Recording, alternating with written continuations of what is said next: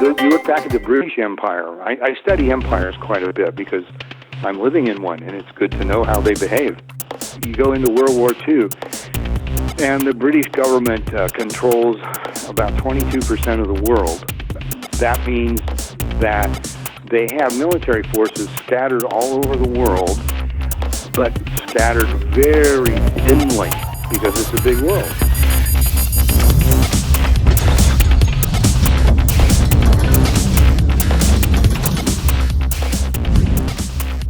Welcome to the Power and Market Report. I'm Albert Liu.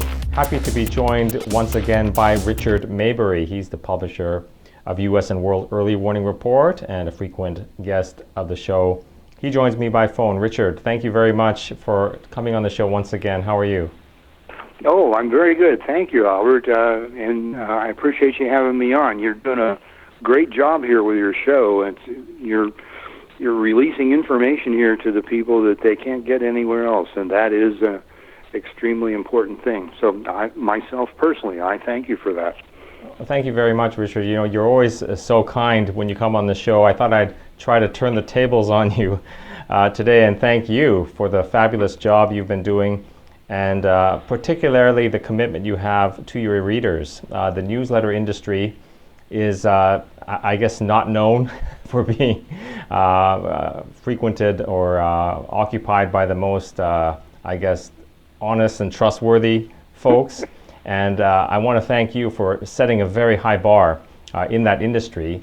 And I wanted to share with you something I read on a Liberty forum. People were discussing a newsletter, a competitor of yours.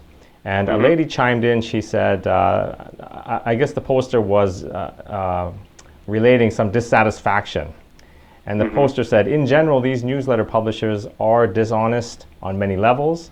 I found out that the hard way. Occasionally, you'll find one who's genuine, like Richard Maybury. But by and large, they are not what they appear to be.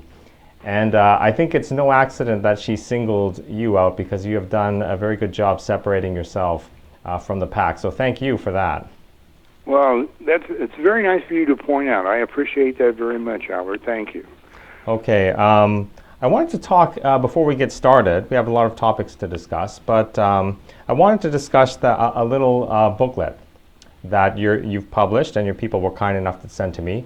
It's called The 17-Word Solution by Richard Maybury, and it plays on some themes that you've talked about before in your books. Basically the two laws and those ideas.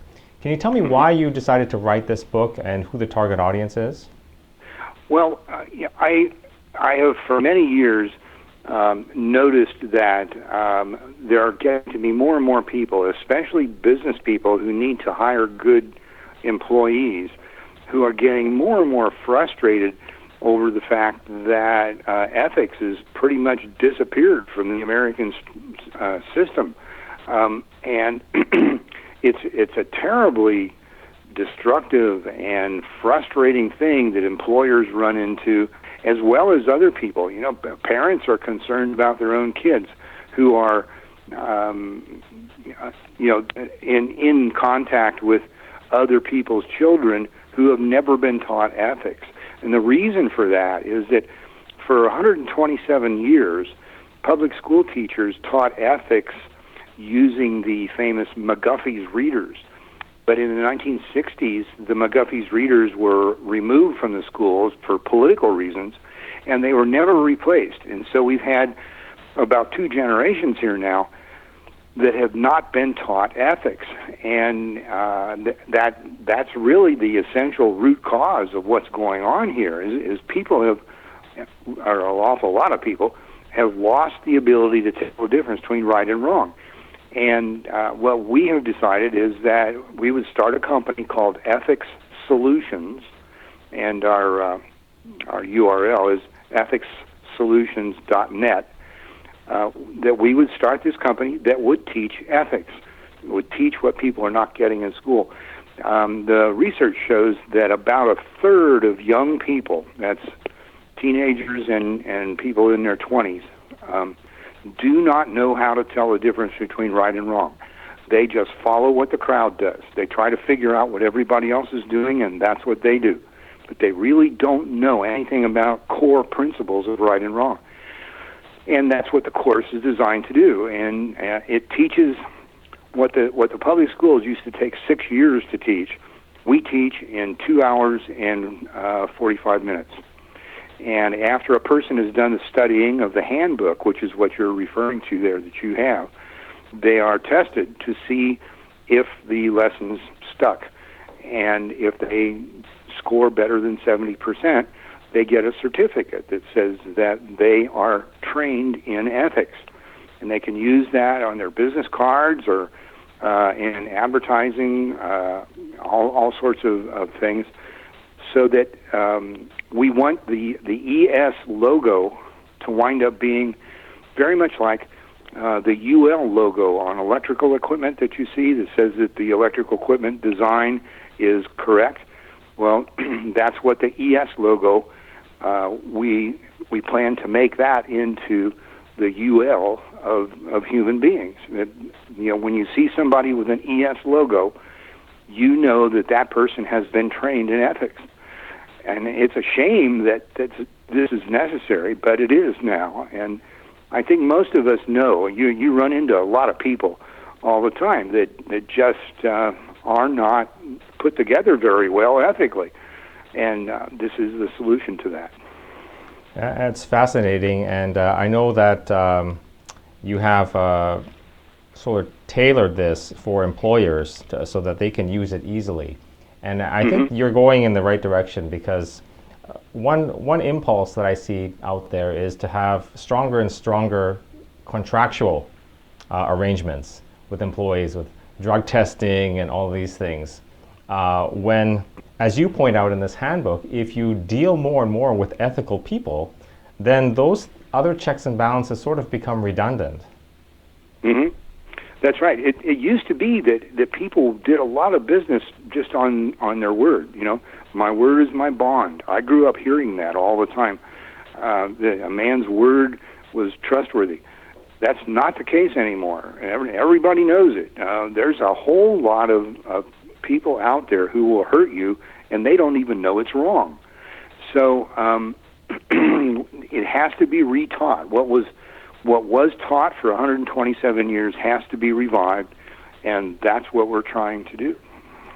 Now, as far as the age group, what is the target age group for this course? Oh, anybody. Of course, if you're 99 years old, you'll probably still find material in the handbook that's very enlightening, although I don't think you would have a need for the certificate. That's mostly good for looking for a job. But you pretty much, it's most definitely aimed at teenagers and young adults.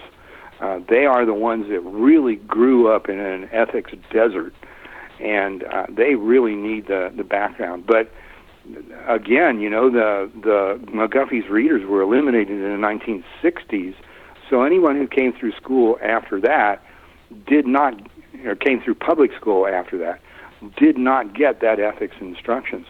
And the handbook, and I think it's really a clever, even work of genius, because it works on a very simple, basic level, giving you the two fundamental laws that make civilization possible, and then showing you case after case after case of how to apply these two laws in your daily life, at work or in your personal life or whatever.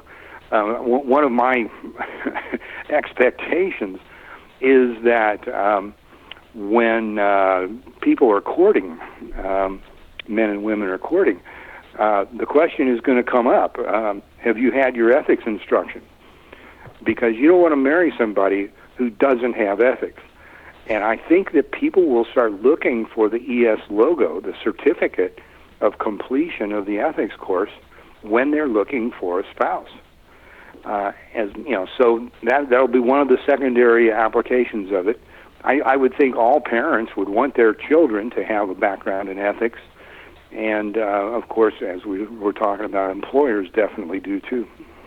Yeah, I don't know if the average young adult is going to have the wisdom to look for an ethics logo when they're courting a potential partner. But as far as the parents go, I think they should. And I think that's what I would want the parents of any potential partner for my kids to have this training in one way or another. And the fact that ethics training was eliminated going back all the way to the 60s means that there's people in their 30s and 40s that have never seen this. Yeah, definitely. Let's be frank about it. You run into them all the time. It's an everyday thing now to have people trying to rip you off and people not keeping their word. That's what drives me nuts more than anything else. Is people will tell you they're going to do something and they don't do it. Yeah. Well, that's unethical. And so,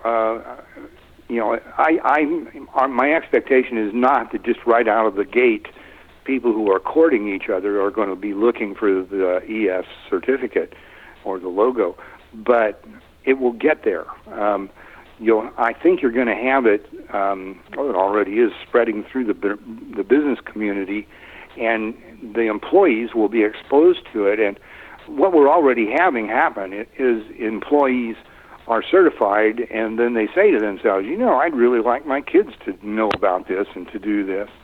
And it'll follow along then as those kids grow up and they start looking for mates. They'll notice who has ethics and who doesn't. And I think the ES logo will be just like the Underwriters Laboratories logo is. So once again, it's ethicssolutions.net. This is the handbook by Richard Maybury. Please check it out. This provides the perfect segue because we're talking about the deterioration of ethics, people breaking promises. Let's talk a little bit about geopolitics and politicians.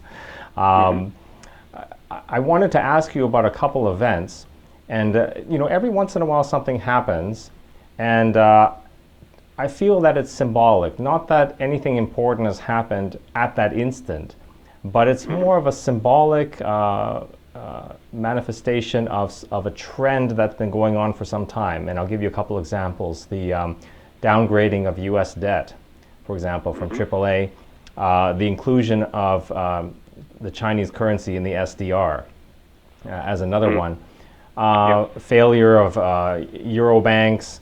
And we had an incident recently where President Obama was in China for a G20 meeting, and people accused the Chinese government of snubbing him because they didn't roll out the red carpet.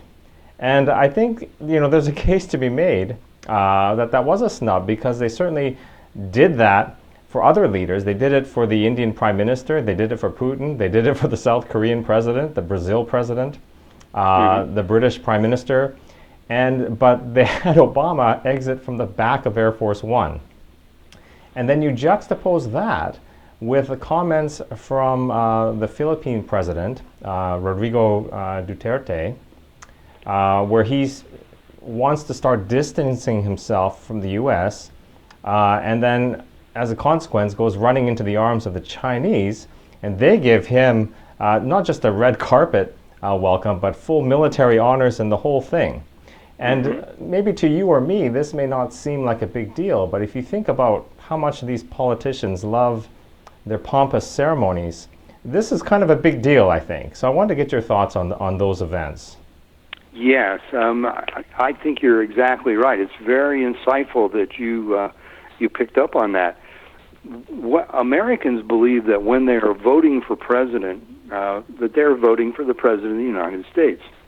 But what the rest of the world knows is that Americans really are the only people who vote for emperor of the world.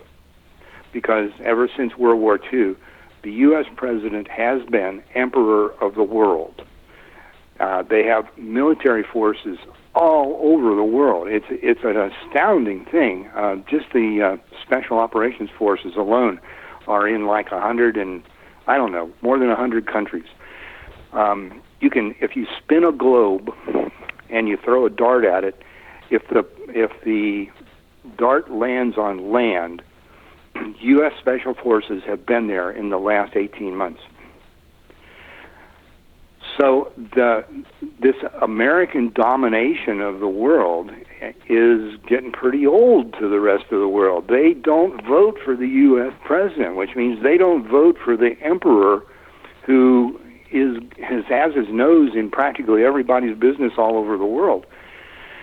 And what you had going on there with the way the Chinese regime treated Obama is a message. It says, we no longer recognize you as emperor of the world. And what's happening with the Philippines president is he's saying the same thing. We no longer recognize the U.S. president as emperor of the world. Now, the way he got to be emperor was that the U.S. came out of World War II as the only major nation that had been undamaged. There was, except for Pearl Harbor, there was simply no damage to the U.S., and the U.S. casualties in the war were very low compared to the other countries, the other major countries. So the U.S. came out pretty much fully intact with the atomic bomb and with the B-36 bomber to deliver it, and the rest of the world just caved in, and they just said, we'll do anything you say, because they didn't dare say otherwise. And so the U.S. government created the UN and the IMF and the World Bank and all these economic structures that are supported by the U.S. government as a way of controlling the world. And again, the rest of the world is sick of it now. The federal government just sticks its nose into everybody's business everywhere, and you have a rebellion that's spreading around the world. That these countries are just saying, we've had it, we're not going to take it anymore. It goes back to the old principle of, in the American Revolution, it was no taxation without representation. It's very similar to that. These people are not represented in the U.S. Congress, but they have to live under the decisions of the U.S. government. And I think that this is an undercurrent that is spreading all over very quickly. The mainstream press hasn't picked up on it yet, but it bodes very badly for the whole American system, that the American people don't understand that this rebellion is going on. Richard, how serious is this rebellion? Because I want to know if you think that the situation is USA versus the world, or is it China, Russia, and now the Philippines versus the world? Because it looks like most of Europe and developed Asia is on the side of the U.S. Well, you can test this yourself if you do much traveling. You can go anywhere in the world, and I mean that literally, anywhere in the world, and you can talk to the people and ask them, how do you feel about the United States? And the story you'll usually get is that we love Americans. We love to have Americans here. We enjoy them. We like the American personality, the American openness, the American inventiveness. We really, really like Americans. But we hate and fear the federal government. Now, Americans tend to be, they were taught that the government and the country are the same thing. Fortunately, most of the world doesn't see it that way. They see the government as something entirely different than the country.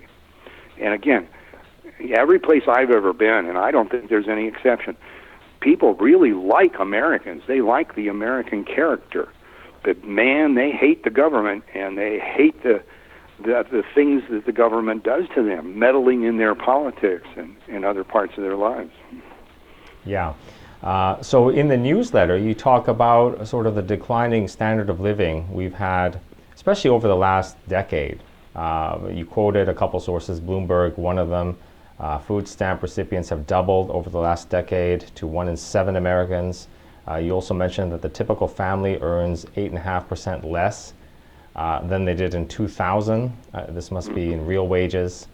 Yep. So the situation is declining. As a result, you recommended some consumer stocks in the portfolio, but you also talk about defense stocks as being a favorable sector now. And you're not alone. I saw Mario Gabelli, who runs the Gabelli funds, earlier this week on CNBC halftime report talking the same language. He likes defense stocks. He says that America has, relative to its competitors, underinvested in military spending, and so the government is going to have to catch up. So can you talk about your thoughts on the defense sector? Well, the government doesn't need to catch up. It has abundant military assets to defend the United States. There's nobody that has any serious plans of attacking the United States, and they haven't for 150 years or more. But again, the U.S. government is emperor of the world. The president is emperor of the world, and they think they have to have their military assets scattered all over the world, intervening in other people's wars all over the place. Well, that's a different thing than defending America. And what both presidential candidates are promising and what the Congress wants and everybody else that's influential in Washington, D.C., is they want more military assets to continue patrolling the world and getting into other people's wars. Well, that's going to take a whole lot more than what they've got. When this policy was established in 1945, and there's a good little statistic here, when the policy was established of being emperor of the world and controlling the world, the U.S. had 105 aircraft carriers. Now they've got 10. And they're still trying to carry out that policy of controlling the world with 10 carriers. That's ridiculous. And so this move toward a military buildup, I think, is pretty close to inevitable. And, the taxpayers are going to be fleeced in order to pay for it. So one way to get some of your money back is to invest in defense stocks. My favorite is Lockheed, has been for, 20 years. And, you'll get some of your tax money back by participating in this military buildup. It's going to happen. You're going to be taxed for it.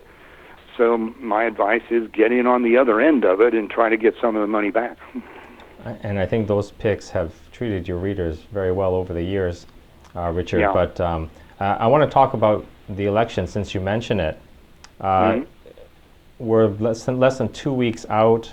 I was going to say Warren Buffett. Donald Trump's campaign is getting more and more interesting to me for a couple reasons. One of the things that he talks about quite frequently is the national defense and how the U.S. is kind of saddled with defending other countries, Japan and Germany, for example. And he talks about essentially charging them for the service. And, the thing about Trump, I don't know if he believes everything he says, but sometimes he outlines a policy that sort of would be the same as you'd have in a Ron Paul administration, but he dresses it up in this populist rhetoric. For example, Ron Paul would say, look, bring the troops home, let these other countries defend themselves. Donald Trump will say, these guys are ripping us off, and we need to charge them. It might amount to the same thing. Do you think that if Donald Trump wins, that the taxpayers that are going to get fleeced to pay for sort of the upkeep of the military is going to be the German taxpayers or the Japanese taxpayers? It's possible. You can't rule it out. But a factor to keep in mind is that the other governments in the world long ago figured out that Washington was the emperor of the world, and so you're in a all roads lead to Rome kind of situation. Today, all roads lead to Washington. If you're going to do something in some other country, you've got to have lobbyists in Washington trying to grease the skids for you, or at least remove the obstacles, whatever. But you're going to need help from Washington. And so it's not just the American people who are represented in Congress and in the White House. It's people all over the world have influence in Washington because they have to have. They don't have any choice about it. If they don't have influence there, they're going to be in deep trouble. They'll be out in the cold. So, whatever happens is going to depend on how effective those foreign lobbyists are, as well as whatever the American people or the American Congress wants for America. And again, all roads used to lead to Rome, now they lead to Washington. And so everybody goes to Washington when they want something, and the American taxpayer pays for it. So how that's going to play out, I have no idea. But I can bet you that these other countries are going to be arguing that their economies are such a wreck now that they can't defend themselves, and they need Washington to protect them. That's my guess about the way it'll come out. And there'll be more Navy ships built, and all sorts of other buildups that will occur. As far as some of the promises that Trump is outlining, term limits on Congress, draining the swamp, so to speak, limiting congressmen lobbying for foreign governments or foreign corporations, how much should we believe? Because some of it sounds pretty good. How much of it should we believe? I don't know the man, but I think he has the exact, identical platform as Hillary Clinton has. They're identical, and that platform is very simple. It's I want to be president, and both of them will say or do whatever it takes to achieve that. So there's just no way to know what this guy's planning, if he has any plan at all, other than I want to be president. And you can say the identical thing about Hillary Clinton. Does she have some kind of plan? Yeah, her plan is to be president. Does she have a plan beyond that? I really doubt it. She's just going to play it day to day, it'll be a firefighting kind of situation. And I think it will be with Trump, too. Among other things, I think neither of these people, from what I've seen, have the slightest understanding of the problems that they are going to be required to solve. Just Federal Reserve monetary policy alone, that's a catastrophe, a horrible catastrophe that is just tearing up the retirements of millions and millions of senior Americans with these zero interest rates. Now, what's a president going to do about that? I don't know. If I was a president, I don't know that I would know where to start. But these people are going to be told they've got to do something about the Federal Reserve, and what that's going to be, who knows? I don't think that they have any understanding of what their job is going to be. They probably are not cognizant of the fact that they aren't just going to be president of the United States, they're going to be emperor of the world, and the whole world will be lobbying them for whatever those people want.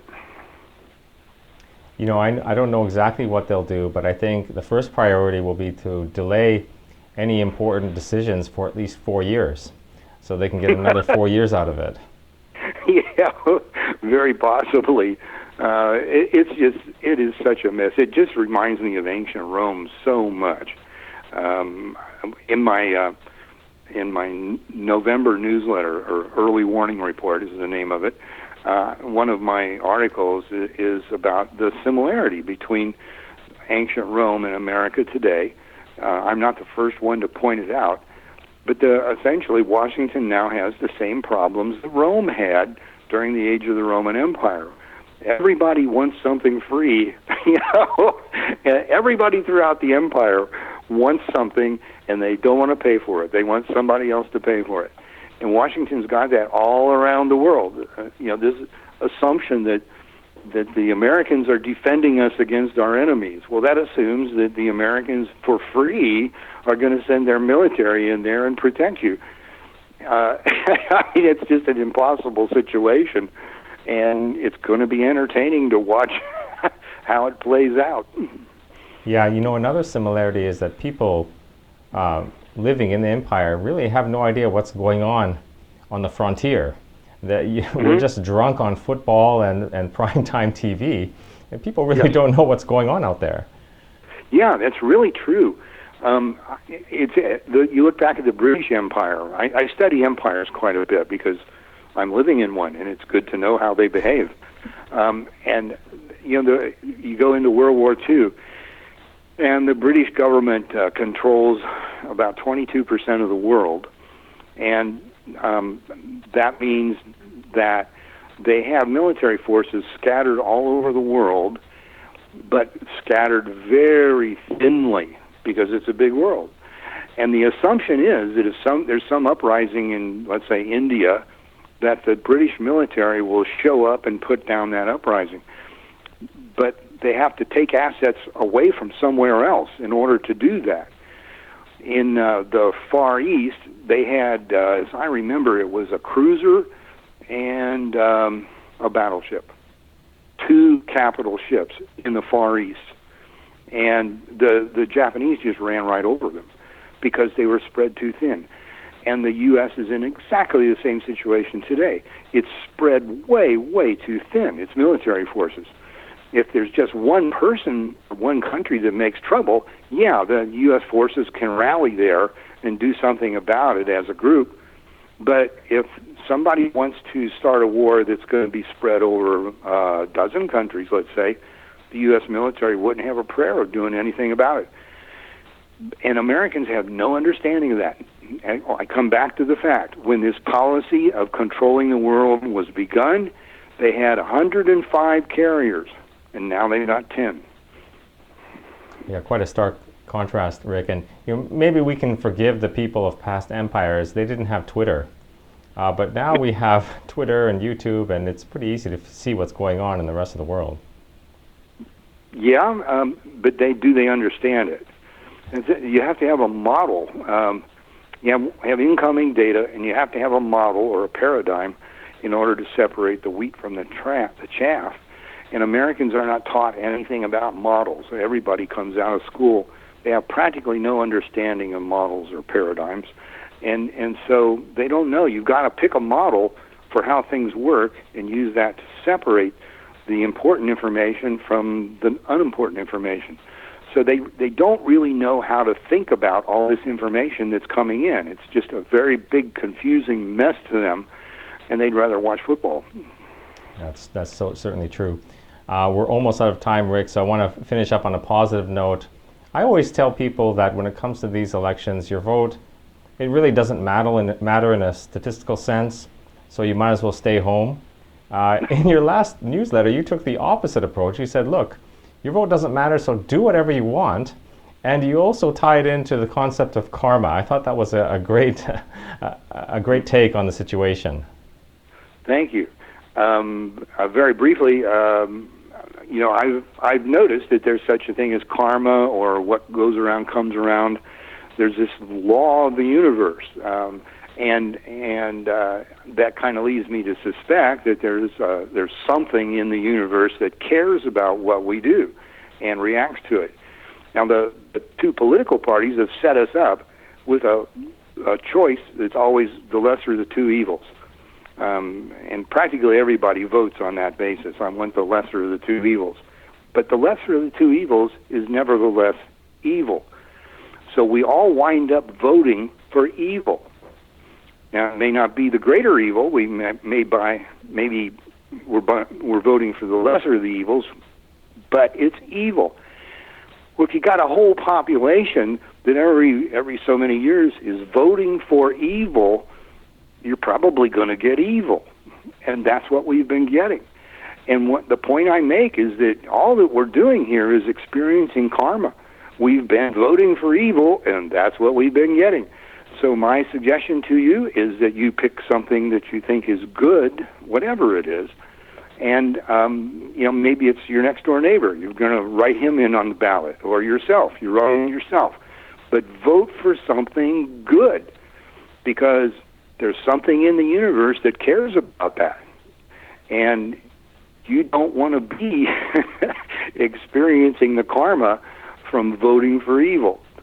And my point is that people talk about voting as a public duty, but actually I kind of tend to think that it is a private duty between you and the something, and you don't want the something noticing that you voted for evil.